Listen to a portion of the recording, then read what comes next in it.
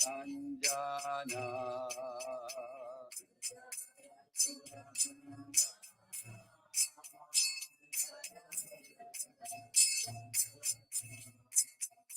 Jaya Yamuna Tiravanachari Jaya Kunja Bihari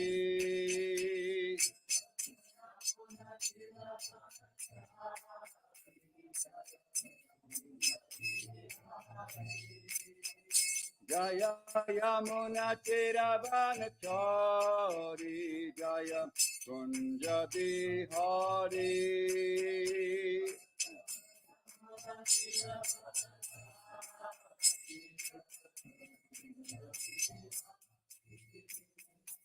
Jaya Radha Madhava Jaya Kunja Bihari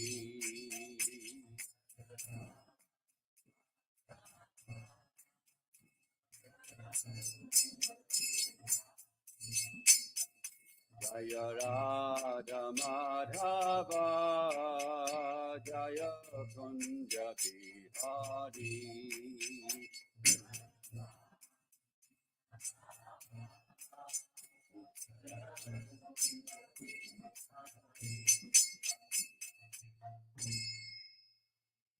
Prabhupada ki Go Premanandi Shri Gopani Maki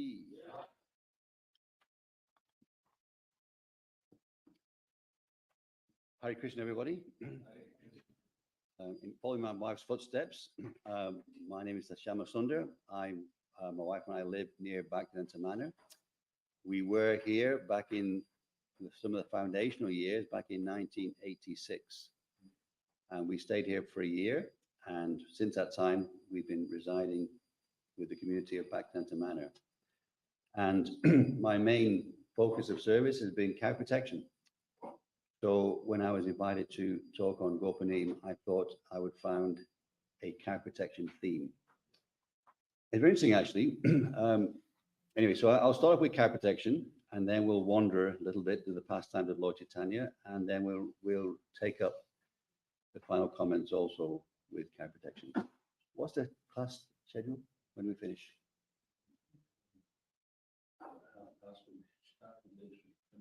Okay. So, in considering which verse would one choose in the Caitanya Charitamrita, you probably know, but there are 11,500 and so verses in the Caitanya Charitamrita. And you could choose any of them. And each one has its own, you could say, starting point, and you could go different places. But I thought I would choose this one, which is text 111. And the setting of the scene is that, actually this chapter is very interesting because it gives these little snippets of pastimes. This whole Adi Leela in this chapter, it gives little pastimes of the Lord. And it kind of spans up until he takes sannyas. So from the age of, I think, 16 to the age of sannyas. So it doesn't give every single thing that Lord Caitanya did or said, but it gives little snippets.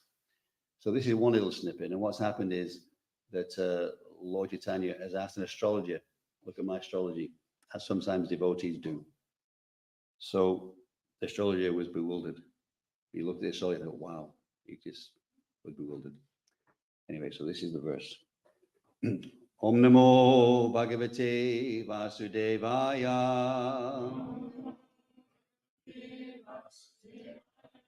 Om Namo Bhagavate Vasudevaya.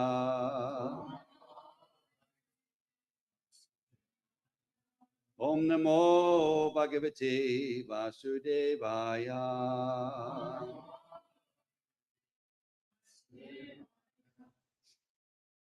Jaya Jaya Sri Caitanya Jaya Nityananda. Jaya Dvaita Chandra Jaya Gauda Bhakta Vrinda.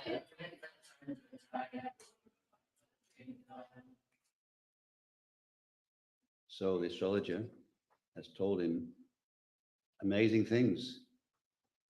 But here the Lord says, the previous verse 10, he says, when the astrologer was speaking so highly of him, Sri Caitanya Mahaprabhu stopped him and began to smile. My dear sir, he said, I think you do not know very clearly what I was, for I know that in my previous birth, I was a cowherd boy. Now this is the verse that we will chant. Gopa grihe janma chile gabira rakala.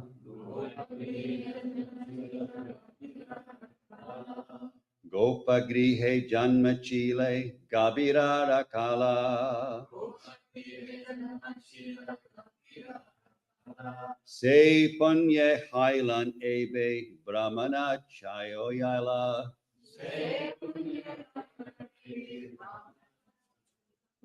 Se punye hailan ebe brahmana chayoyala.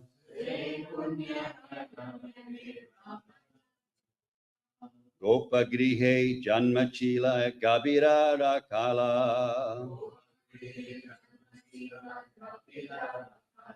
Se punye hailan ebe brahmana chayala.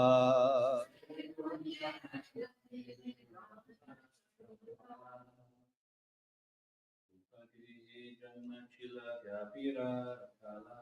Gopa grihe janma chila gavira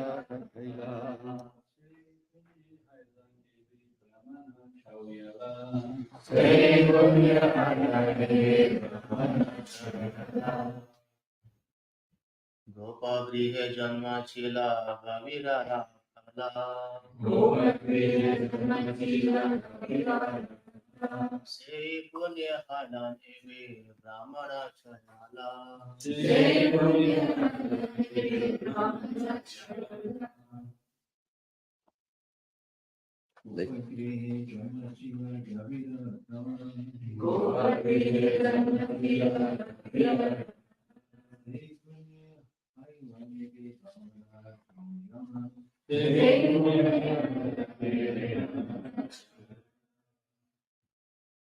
Ladies. Gopa grihe janmachila Gabira Rakala. Se punye hailan ebe brahmana chayala. Gopa grihe. In the house of a cowherd. Janma, birth. Chila, there was. Gabira, of the cows. Rakala, protector. Se punye, by those pious activities. Hailan became. Ebe, now. Brahmana, of a Brahmana. Chayala, son. Translation. In my last birth, I was born in the family of cowherd men, and I gave protection to the calves and cows. Because of such pious activities, I have now become the son of a Brahmana.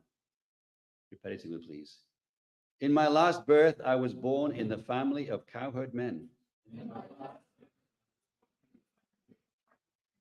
and I gave protection to the calves and cows.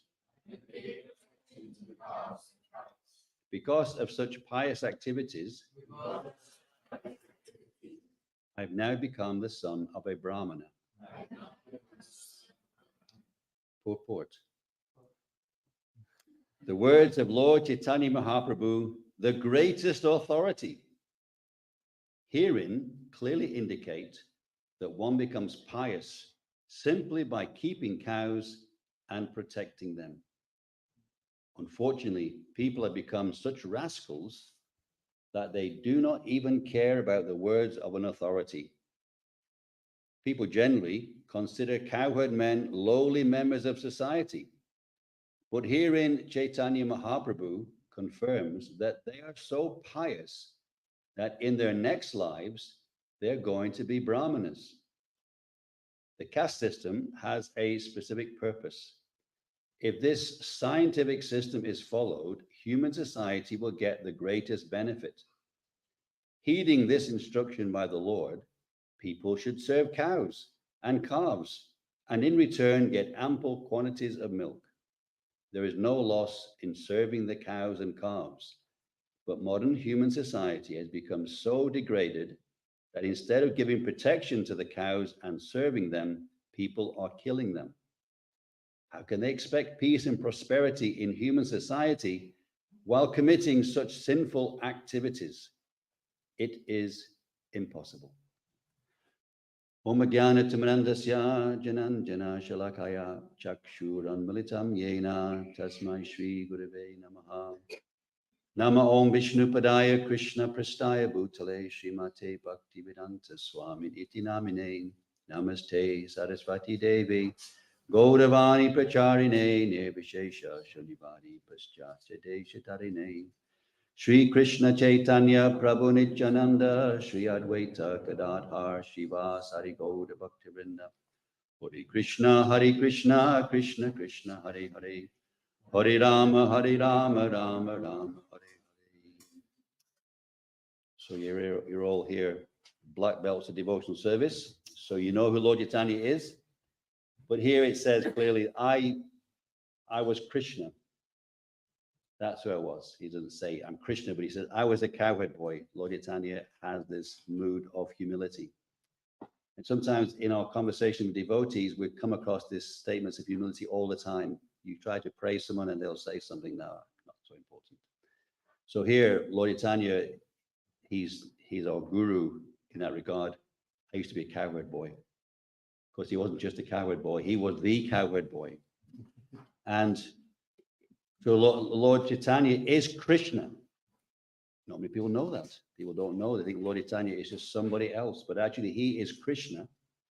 And he knows he was Krishna. He knows that Krishna and he are the same person. Just like we hear that Lord Balaram and Krishna, if you look at them, you would see no facial difference. Okay, they dress differently, gives you a hint that one's the other. Even now with Gaura Nitai, sometimes if you go to the altar, which one's Gaura Nitai, which one's Lord Caitanya? Well, we often look at the base. I'm guilty of that myself sometimes. Which one's Lord Caitanya? Well, the one on the right is Lord Caitanya when we look at it, and the one on the left is Lord Nityananda, but the base is also different. We paint the base gold for Lord Caitanya, we paint the base blue for Lord Nityananda. So in Balaram's case, he wears blue and Lord Krishna wears yellow. And but Lord Balaram is white and Lord Krishna is bluish. And now we've got another problem here that if Lord Caitanya was there, he looked golden. So you look at Lord Balaram, he's white. Look at Krishna, he's black. Look at Lord Caitanya, he's golden. And they all look the same because it's all the same person. They're all the same person, which is confusing for people. How can you worship Lord Balaram? He's different. Lord Krishna, he's different. And Lord Caitanya is different. This is our wonderful philosophy. Chincha, Veda, Abeda, simultaneously one and different. So here, Krishna, Lord Caitanya, had this ability to remember all his previous lives. You may recall in the Bhagavad Gita, Arjuna asked Krishna's question, how is it you remember that you spoke the Bhagavad Gita to the sun god? That discussion was millions and millions and millions of years ago. How did you remember that? He said, well, I remember all my births, but you do not. And then also what's interesting, because that's such a extraordinary concept of time, Krishna says, well, actually, not only am I eternal, but you're eternal as well. Not only was I there when I spoke to the sun god, but you were also existing at that same time. And we can say also that we were also there. We were also existing when Lord Krishna was speaking to the sun god. And we were also around when this conversation went 500 years ago. We were there somewhere in the universe in our particular role. We don't remember that past time. But here, Lord Caitanya says, well, I remember. Because what's happened in astrology is looking at the astrology, I think, wow, this is a bit extraordinary that you are the source of everything. You are the resting place of all the unlimited Vaikuntha planets. In other words, the astrologer is not just looking at what's happening in this material universe. he is so qualified in understanding of truth that he understands there is a transcendental universe with all these Vaikuntha planets, and you're the source of all of those. So Lord Chaitanya is saying, well, that's a bit flattering. Actually, I was just a coward boy in my previous life. So that's what Lord Chaitanya is indicating here. And it's actually every verse that of the Bhagavatam and the Chaitanya Charitamrita, they have such deep wealth of knowledge that anybody who listens to them can actually get a completely different perspective on how they're placed in the universe. So in this here, Lord Chaitanya is saying that I was born, my birth, and there's also that Bhagavad Gita verse, Janma karma chime divyam evam yovari tatvada chaktva deham punarjanma naitimam eti sojana. That my birth is different. Janma karma, my birth, my activities, Janma karma chime is divyam, is transcendental, is beyond the material world. Janma karma chimedium evam yovari tatvada. And one who knows it in truth, Chakvadeham Punajanma. Chakvadeham means you give up. Chakvadeham, you give up this body. We're in the body. We're embodied. You give up this embodiment, and Purnajanma, you get another body. But Naiti Eti Soja, not those who know the transcendental nature of my birth and activities. So this activity here of hearing about the pastimes of Lord Chaitanya, it is taking us out, it's helping us get out of that Chakradeham Purnajama, that cycle of birth and rebirth and birth and rebirth and birth and rebirth. So this is what the benefit is of hearing these pastimes of Lord Chaitanya. So here he's saying that I'm a coward boy, and Srila Prabhupada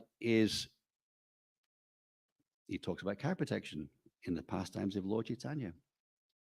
My wife and I are currently on this project of collating all the verses in the Srimad Bhagavatam that have anything to do with cows, cow protection, milk, butter, ghee, bulls. And we found 600 verses. In Krishna's pastime, the 10th canto, there are 300 verses that have something to do with cow protection. So that's Krishna's cowherd boy, his pastimes. They're just littered, not littered, they're ornamented with cows and cow protection. So he spent his childhood, his livelihood, earning money from looking after cows. So maybe at some point I may do a similar study with the Caitanya Charitamrita. I don't think there's many. There's certainly not that many, although there's 11,000 verses. Generally, the Caitanya Charitamrita is not going into these things so much. But here's one such verse, and there's a few more that we'll touch on in this particular chapter. But what is very significant is that cow protection only works in this type of environment of the teachings and the philosophy and the lifestyle of Lord Chaitanya Mahaprabhu. Some years ago, I did this. I extrapolated. Let's suppose everyone in this let's suppose all the cows in the United Kingdom were protected cows. What would that mean to society? And I extrapolated. Okay, there's actually 10 million cows or thereabouts, cows, calves, bulls, and oxen in this country. More or less, is like every 6 people there's 1 cow. But I thought, no, that's too imaginary. That's too imaginary. Realistically, how many protected cows is there a market for in this country? So I started from the point of view, well, maybe 10% of the vegetarians and vegans might be a market for cow protection. And there's about 5 million. If you put them together, the vegans and the vegetarians are mixed. You may know this. For example, if you go to a shop and it says vegetarian, it may not be vegetarian that we would eat. For example, it may have eggs in. So there's 2 kinds of vegetarians, those who eat eggs and those who don't eat eggs. And many years ago, a devotee called Krishna Dharma, who wrote the Mahabharata, didn't write the Mahabharata, but he kind of rewrote the Mahabharata, rewrote the Ramayana. He analyzed why that was the case, and the Vegetarian Society told him, well, we don't want to lose membership. So if we make a distinction between egg eaters and non-egg eaters, then we'll lose membership. So they decided to kind of keep it all together. Therefore, vegetarian is not good for us. And vegan is not good for us either, because vegan means there's no milk in it. We want milk. Anyway, and sometimes the vegans are not interested in cow protection. They're anti-cow. And a lot of their rhetoric and propaganda is actually to stop you having anything to do with cows at all. Whether it's protected the cows is another issue. They don't even care about that. They don't want you to have anything with cows. So to be very careful of which arguments that we listen to and which we repeat. We don't want to repeat arguments that actually are anti-cow arguments. Anyway, so I did a study. Maybe 10% of the vegetarians, maybe 10% of the vegans might be in the market for cow protection. So it's about 5 million. So I estimated 500,000 people. Maybe in this country, whole of UK, Scotland, Wales, 500,000 people might have an interest in cow protection. Not a lot. So 1 in 6, what's that? What's 1 in 6 anyway? So that gives you an idea. What's 6 into 500,000? Who's good at maths? Anyway, about what? Let's say about 80,000. I think I came to figure about 80,000 cows. So to provide this country with all the demand for cow protection, milk products, you need about 80,000 cows, calves, bulls, and oxen. If only 10% of the population actually wanted milk from cow protected cows. So 80,000 cows is less than 1%, less than 1% of the total population of cows in this country. So see how things have changed from the time of Lord Krishna, when all the cows were protected. In fact, we read in this, particularly the 17th chapter of the Srimad Bhagavatam, there is a lot of discussion there about the age of Kali. And one cow, the king saw one cow being beaten and immediately wanted to grab hold of him. There's an imagery that Adhoksha is helping with our artwork. You've got this fantastic imagery. There's Arjuna grabbing the throat of Parikavas, grabbing the throat of Kali. And because he dared to hurt the cow. So in those days, you hurt one cow, it's a serious thing. Nowadays, you can hardly find one cow that's not being hurt. So this is the contrast of the state we're in now. So here, Srila Prabhupada is going into it. Now, this is when Srila Prabhupada is established in the Western world. His mission's going on, and he has not held back on the importance of cow protection. So it's a very important part of our society. As our society develops and as it grows in its devotional life, we have to integrate cow protection. But you cannot have cow protection without the mission of Lord Caitanya Mahaprabhu. Who cares about cows? Every other organization or institution, they almost have a philosophy of killing the cows. The other religionists, they don't care about the soul of a cow. They don't think a cow has a soul within it. They don't care about killing the cows. The general secular society don't care about killing the cows. But only the devotees with the philosophy of Lord Caitanya Mahaprabhu have the kind of grounding philosophically to be able to protect cows.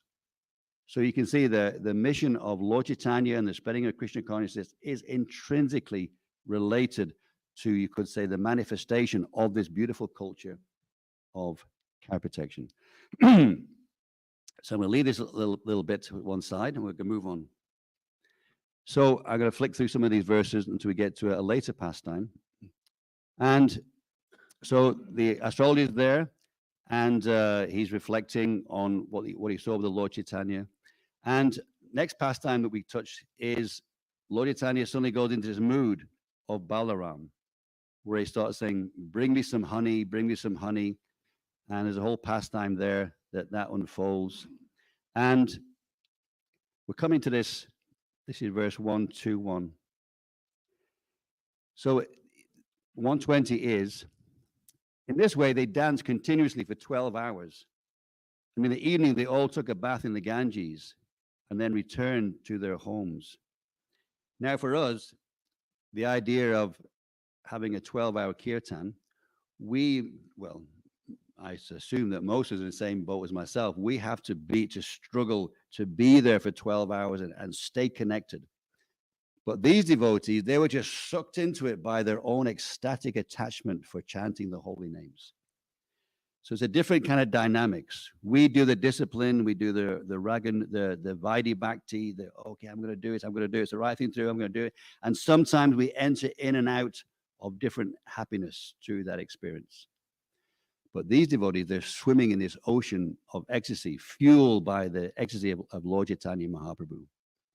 So, then in verse 121, the Lord ordered all the citizens of Navadvip to chant the Hare Krishna mantra, and each and every home they began performing Sankirtan regularly.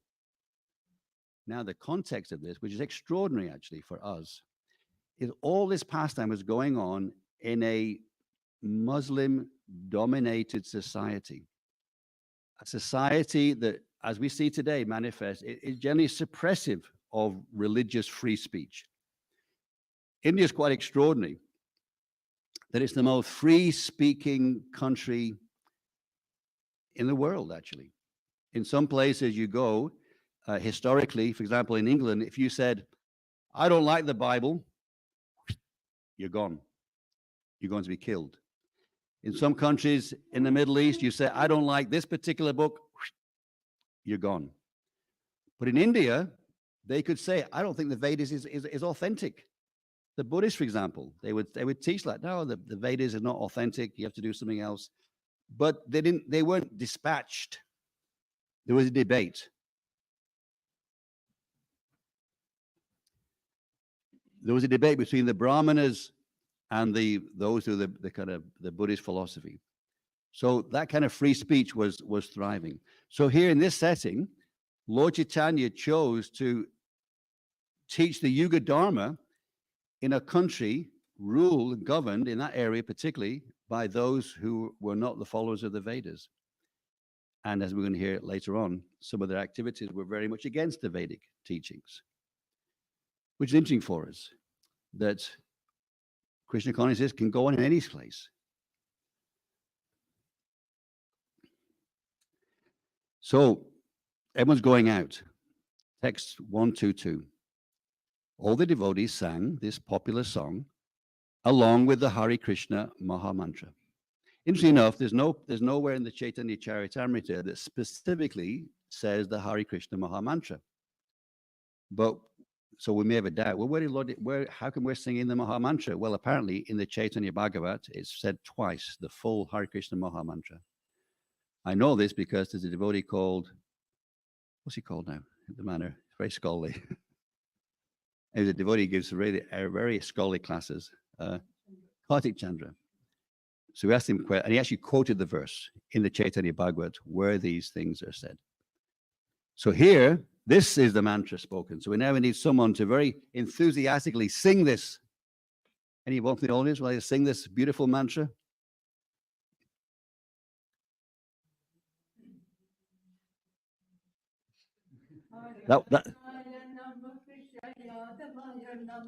Okay, so let's try. One more enthusiastic rendition of this mantra.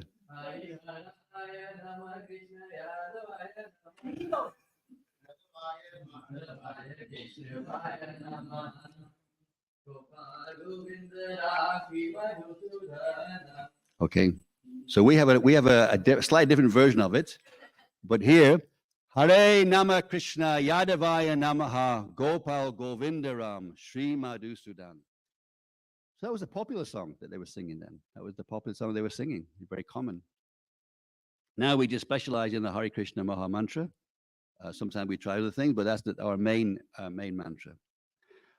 When the Sankirtan movement thus started, no one in Navadvip could hear any sound other than the words Hari Hari and the beating of the mridanga and clashing of handbells.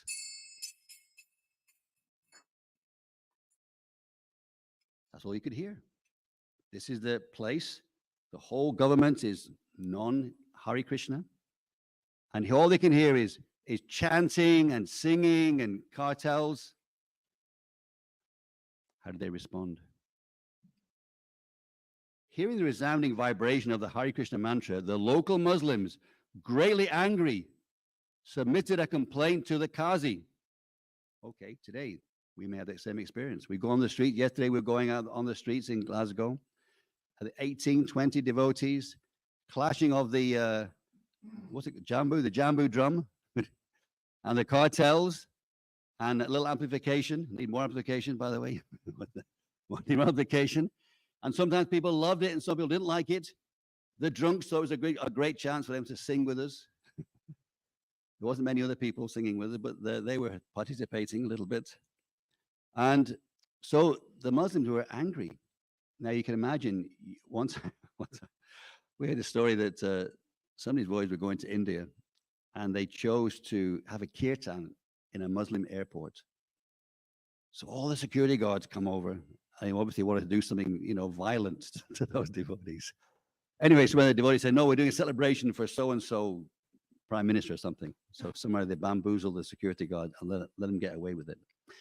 But there's a risk if you chant the holy names of the Lord in some places. We take it for granted here. Actually, I was reflecting that even how Glasgow has changed. Back in 1986, we were here. Maybe it was Gopanim Day. I don't know. Maybe the Prabhus can remember. And we were chanting on Buchanan Street, and suddenly a police escort arrived and took us to the police station. A whole Harinam party. And Balabhadra was there, and Mahavishnu was there. And they put us in a cell, probably about 3/4 aside this room, and they took us in there with the Mridanga and the cartels. So lo and behold, some very devotional devotee said, let's have a kirtan inside this cell. So this big kirtan's, getting going enthusiastically inside this prison, inside the police station. Anyway, the police thought, okay, let's let them out in dribs and drabs. So 2 of us at a time were released, so we don't have another congregation outside. And as we were leaving the police station, you could hear this kirtan bouncing off the side of this block of flats around us. So in other words, it's pulsating through the whole police station and all the surrounding areas. Quite an extraordinary day. Anyway, so I've experienced being arrested in Harinam in Glasgow. I've also experienced a similar thing in London. But now it'd be unheard of. Nobody in London cares about Harinam. We're reflecting that in London, there's at least 4 organized Harinams every week. One on Thursday, one on Friday, one on Saturday in the local town, one on Saturday in the Saturday night. Harinam is part of the fabric of how cities develop now. Every Hare Krishna movement temple knows we have to go into the cities and take the holy name into those streets. So it's kind of related to this pastimes here. So the chant Kazi is saying, what's going on here? For so long, you did not follow the regulative principles of the Hindu religion, but now you're following with great enthusiasm. May I know by whose strength you are doing this? And we can imagine that in a country that suppressed the rulers of Muslim, they're not going to be very happy you going on the streets with kirtan. So where did you get the strength? Where did you get the brass neck? Where did you get the determination, the fearlessness to go out onto the streets and chant? Now we find that a little bit. When we first go on our first Harinam, we need a little bit of fearlessness because people are looking at us and they're looking at us and we're there in this kirtan chanting the holy names. So it carries a little fearlessness. But imagine going to a place where the leaders, they actually are not very friendly necessarily, and they may even kill you. No one should perform Sankirtan on the streets of the city. Today, I'm excusing the offense and returning home.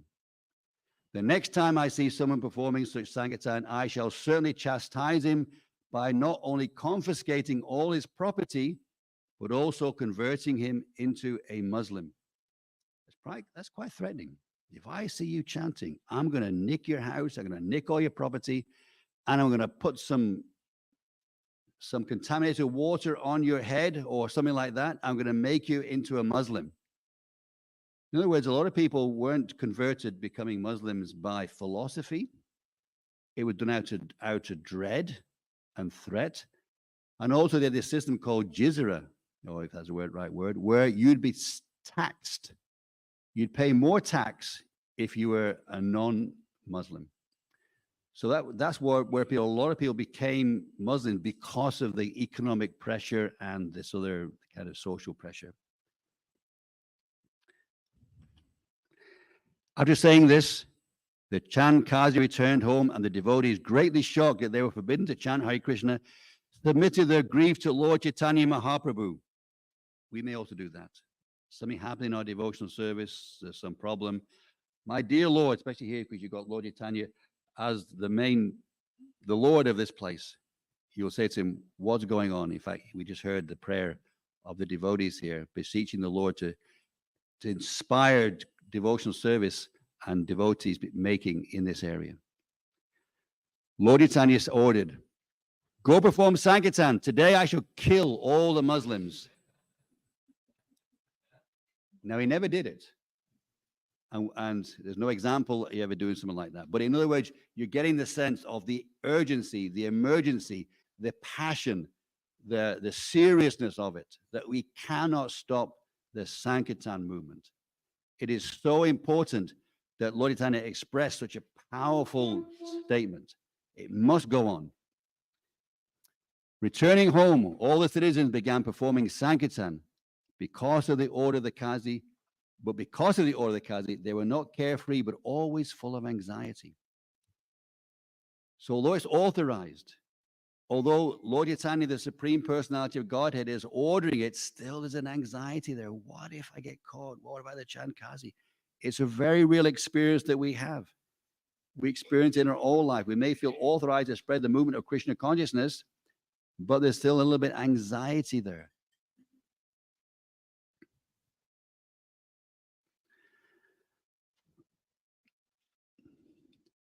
Anyway, so the Lord, I'm going to go a little bit faster.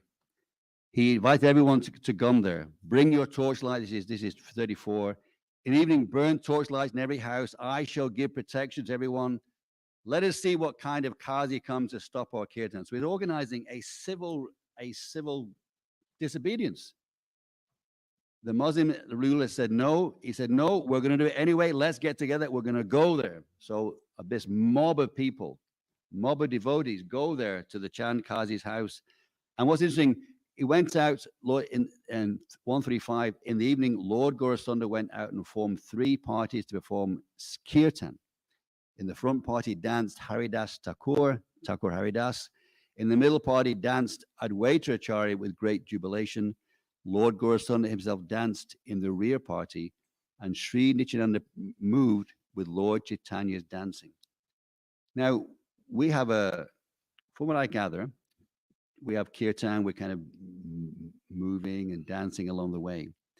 But we don't necessarily have an orchestrated dancer in the same way that with this imagery here, the key dancer was described. In other words, there was someone there doing elaborate dancing. And we see practically that when our kirtan and harinams are orchestrated that way, when there's someone who's deliberately going into the crowd and bringing them in and dancing, they're more likely to participate. There's some devotees very enthusiastic like that. Only because the Saturday night kirtan in London. There's particularly some ladies there. They've always been doing it. They kind of, if you walk by, they'll grab you by the arm and spin you around in the kirtan. You get kind of pulled into it. I'm not sure what Haridas Thakur was doing or Advaita Acharya were doing such like, but they were dancing, and that kind of dancing brought other people to be able to participate in the kirtan. So they're going through every nook and corner of the city. They're making a loud noise. They're angry, and Lord Caitanya is mad.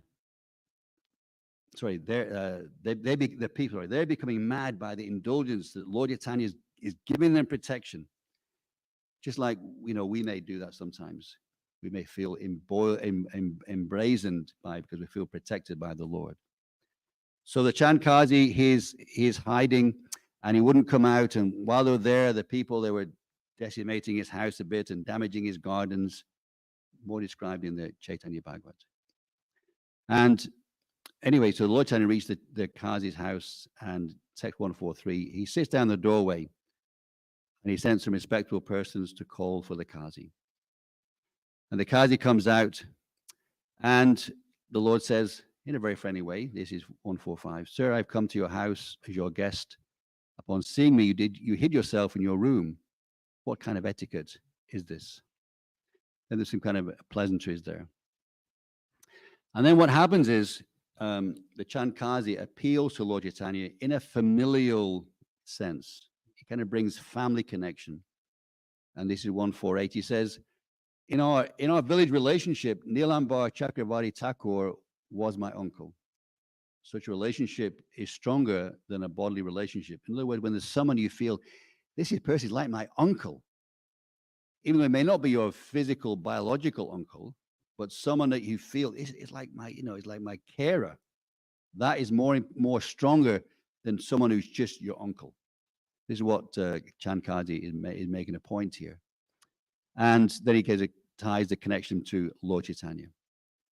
Now, what's interesting is, and therefore he says, is because we're related here, then, you're like a nephew and I'm like an uncle, familiarly wise.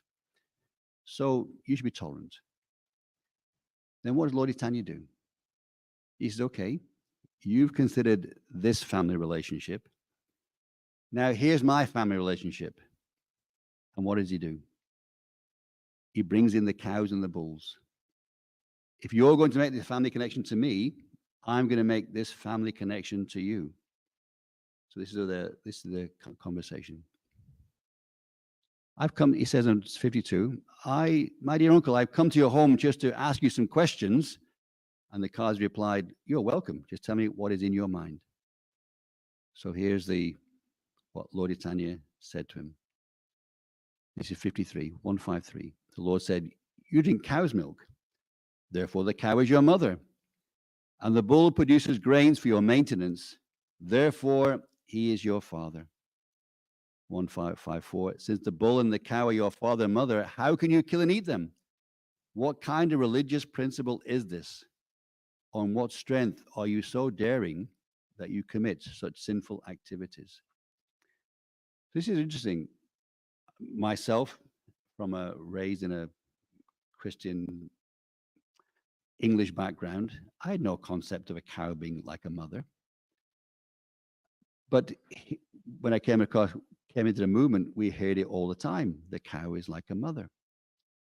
And I had to be helped with a logical connection to it by these words of Lord Chaitanya. The cow is like your mother because you drink her milk. And in reality, people have more connection with the cow's milk than their own mother's milk. I think I was fed for about a year, I think, from my mother's milk. I think my wife fed one of our children maybe 2 years from her milk. But here we are, I'm 63 years old. I'm still drinking milk from a cow. So if my mother had 1 year of milk, and now for 62 years, I've been drinking the milk of a cow. So the cow is giving that relationship, feeding her children for their whole lives, and not just the start of their lives. So she's a mother. In one place, there's 7 mothers. The mother of the guru, the mother of the king, the mother of the brahmana, the wife of the brahmana, the cow, the nurse.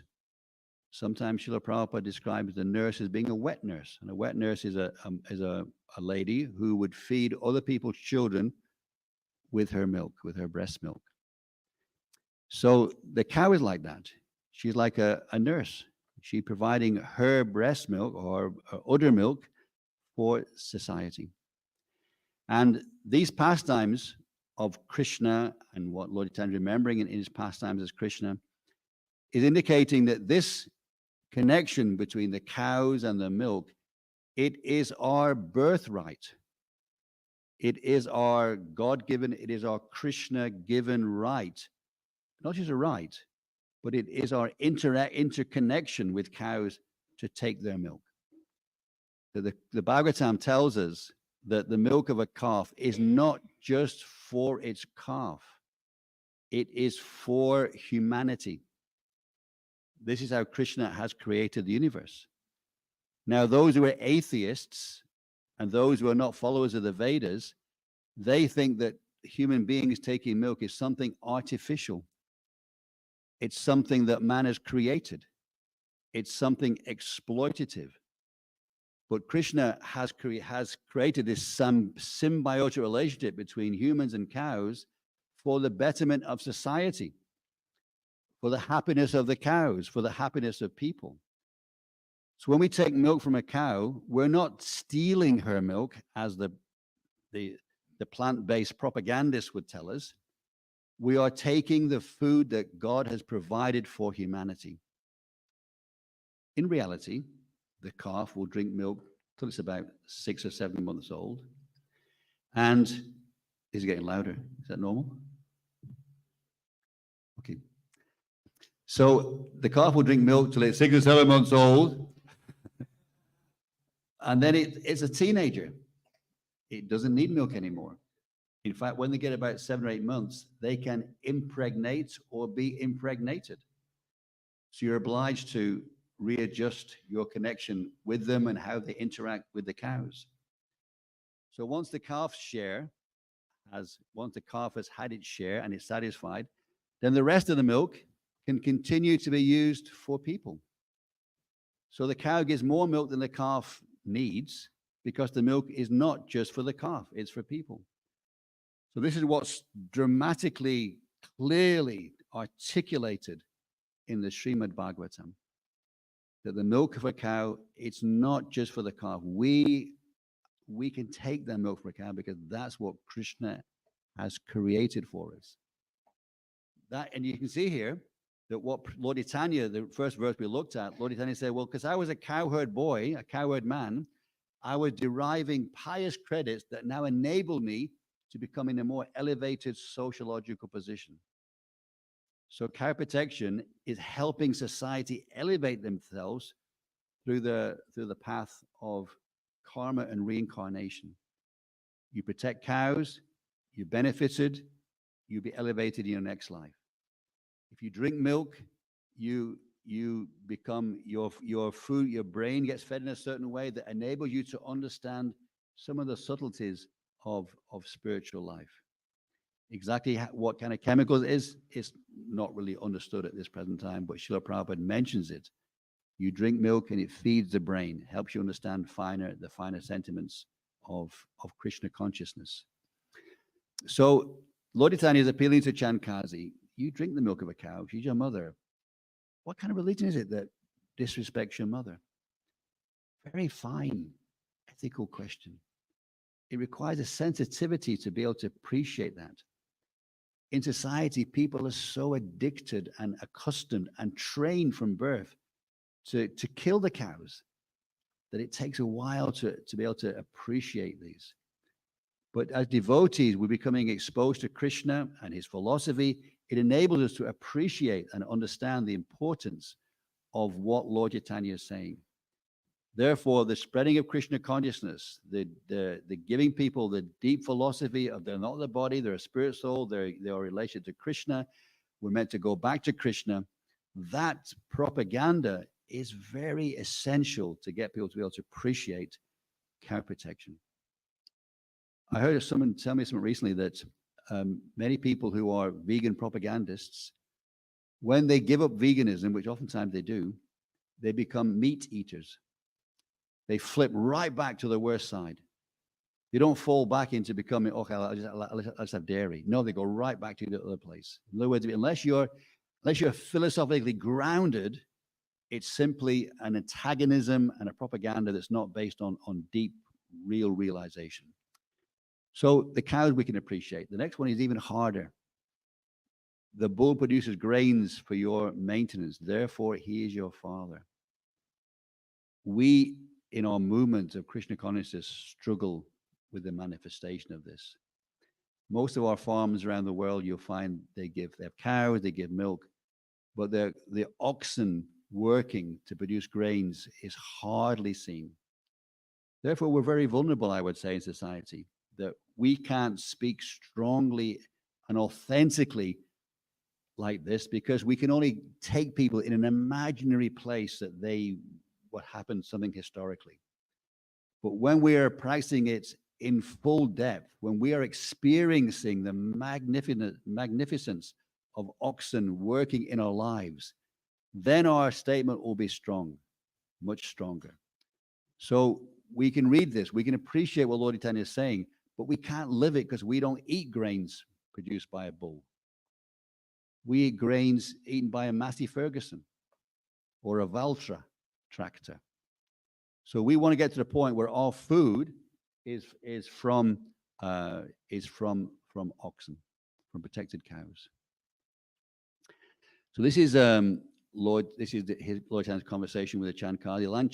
Chankali said, well, in your Vedas it talks about killing cows.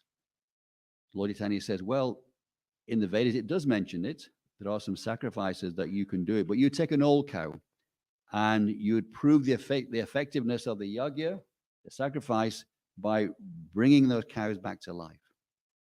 And then Lord Chaitanya points out, well, in this age, it's not allowed anymore. It's forbidden to sacrifice cows and in this age. Okay, I think that's just some points there. So I just kind of targeting cow protection around Lord Caitanya. So you may now have your own realization expressions you might want to share with us. This is Lord Chaitanya's appearance day. So you're invited to say something now. Hare Krishna. Prabhu. Hare Krishna, Prabhu. Very nice, wonderfully you mentioned cow protection and importance of cow and importance of milk in our life.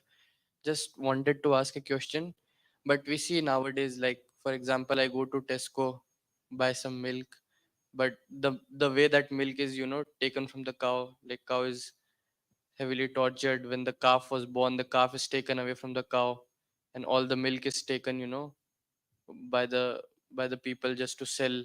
And if like cow gives birth to a bull, they just sell the bull away. So in living in such environment, how can we come into this mood that okay, drinking this, when we drink ahimsa milk, that's okay, that's completely fine, but how can we come to this understanding that drinking that milk in Tesco, that is okay? Yes, it's a hot topic. And different devotees look at it in different ways. Some very senior devotees look at it in different ways. I'm going to give you a way that I look at it, which is at odds to some of them. Majority of people would probably say what I'm going to say. There's nowhere in all Srila Prabhupada's writings, there's nowhere that he tells us to stop drinking of the milk from a cow, even though it comes from that setting you just said. Srila Prabhupada definitely knew what went on to the modern dairy. Srila Prabhupada was from you could say the Gandhi era. At that time in India, they were killing the cows for their leather. Obviously, it still goes on today, but even then, when Srila Prabhupada was with the Gandhi school, that was happening. So even then, he was aware of people killing the cows. In the first canto, 17th chapter, text 3, which was written before Srila Prabhupada came to the West, probably 1960s or thereabouts, he was in Vrindavan writing that purport. He describes, these are the causes of all the problems in present-day society. Artificially milking the cow by a Shudra milkman, taking the calves away for purposes which shall not be mentioned in the pages of the Srimad Bhagavatam. So Srila Prabhupada clearly knew what went on into modern dairies, even before he came to the West. When he came to the West, he definitely would be exposed to more of it. Srila Prabhupada never, ever told us not to drink the milk from a cow, even from that setting. But what he did tell us to do, many places, we must have our own cow protection.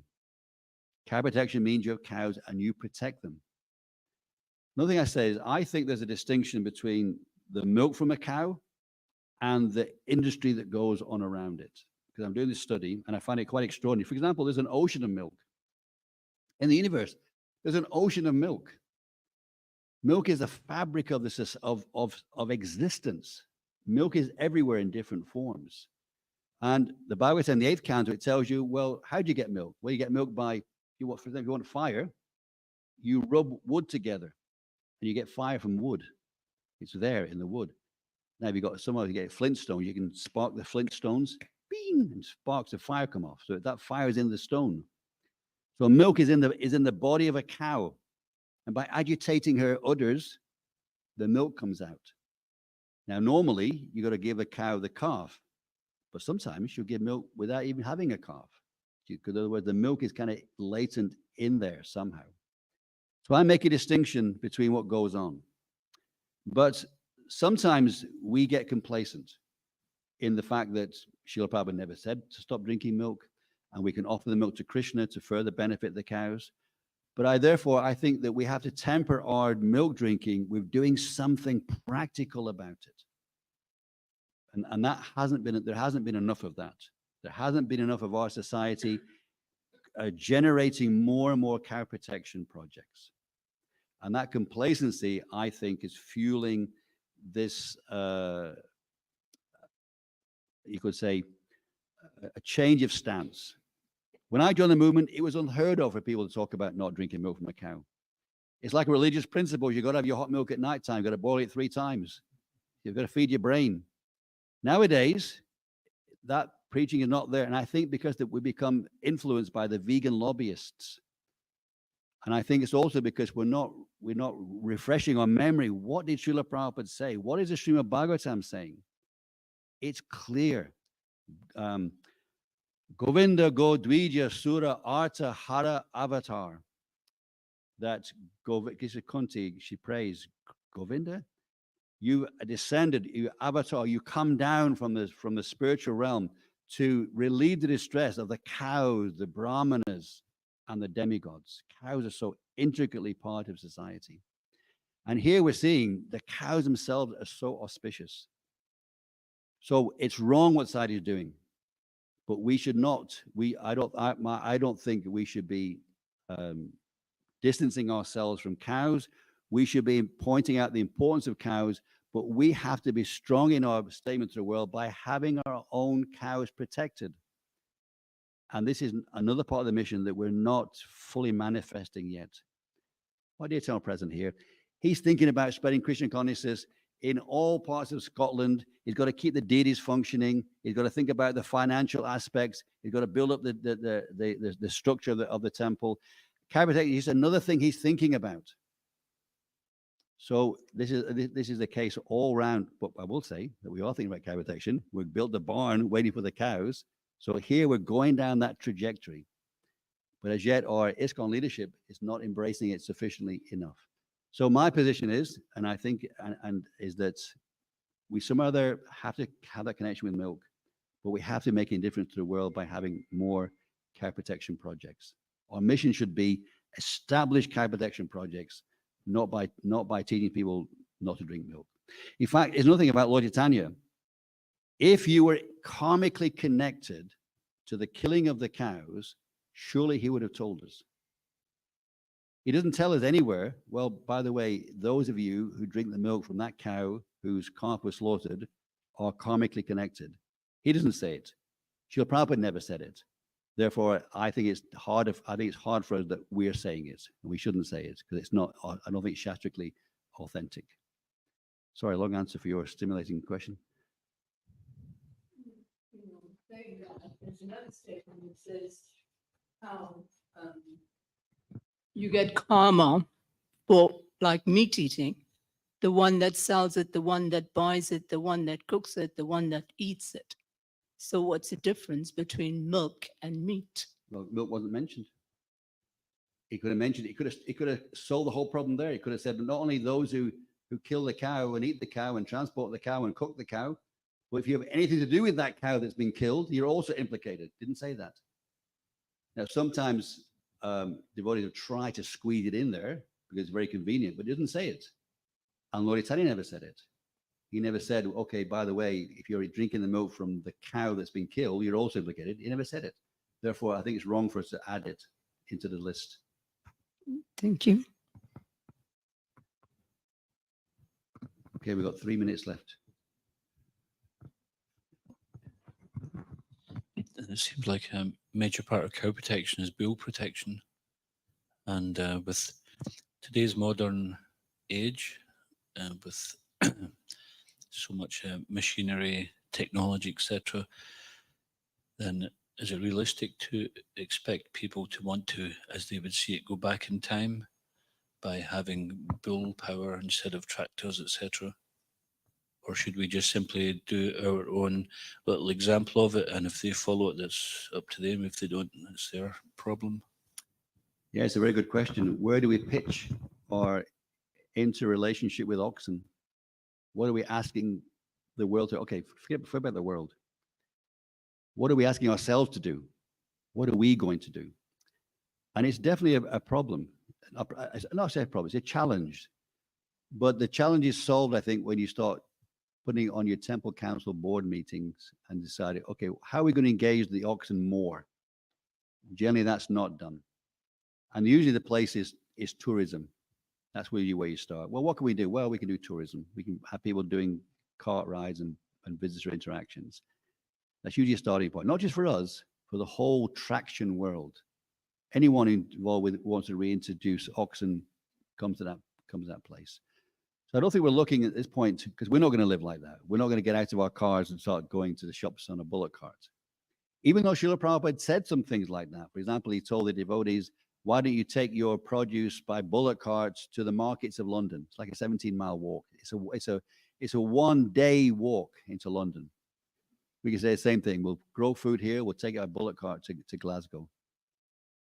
That'd be a really powerful temple president to make that policy.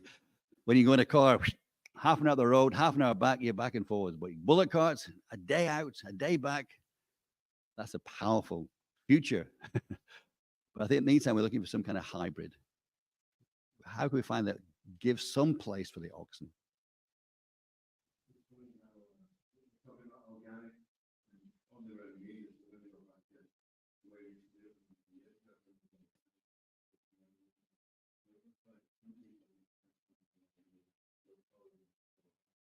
Yeah.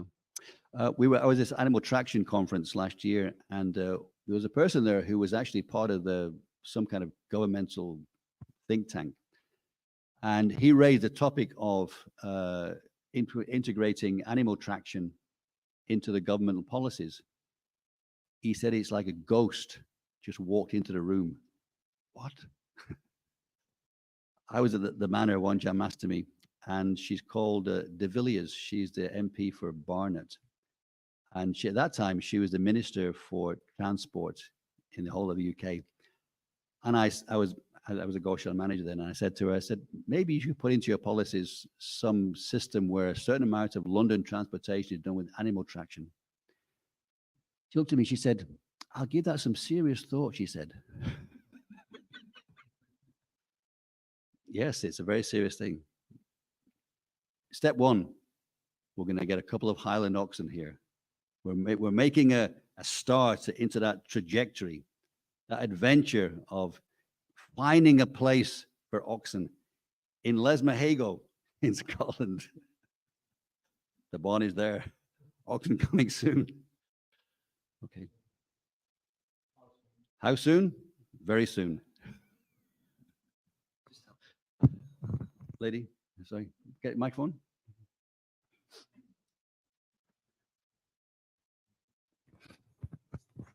Prabhu, thank you so much for such a fantastic class. So I just wanted to ask, in your analysis that you did in terms of the number of, how many number of cows are How many in the UK? 150. 65 at the manor. I think it was 45 at the Himsa. There's a lady in Brighton who's got maybe 30, 40 cows. Another person in Wales got probably 10 cows. Another person in Glastonbury's got maybe 10 cows. That's it.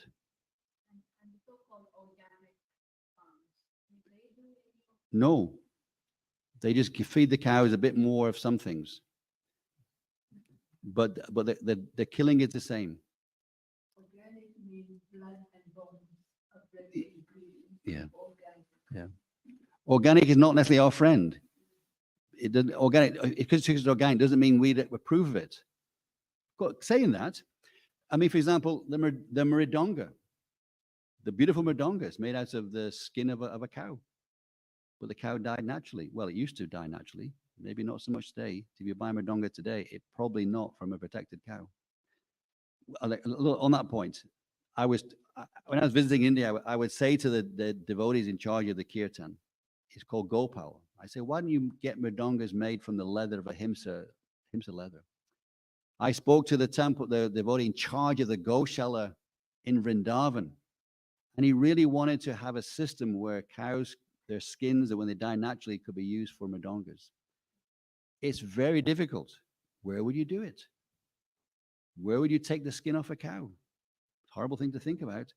You can't do it. People don't want it in their backyard. Let's do it. Well, our cows are going to die here. We're gonna render them in the shed next door. We wouldn't do it. So it's a practical issue. So one may want to do it, but you really have to have a very a clever way of doing it. So unfortunately nowadays it's very hard. The government of India are not doing it. They're not talking about it. They don't talk about integrating oxen back into transportation, agriculture. They talk about their dung, their urine can be used for fertilizer, but no one's talking about integrating oxen in society. But we should be talking about it. Well, we should be talking about it. We should be not talking about it for others. We should be living it more and more and more, at least to some way in our own society.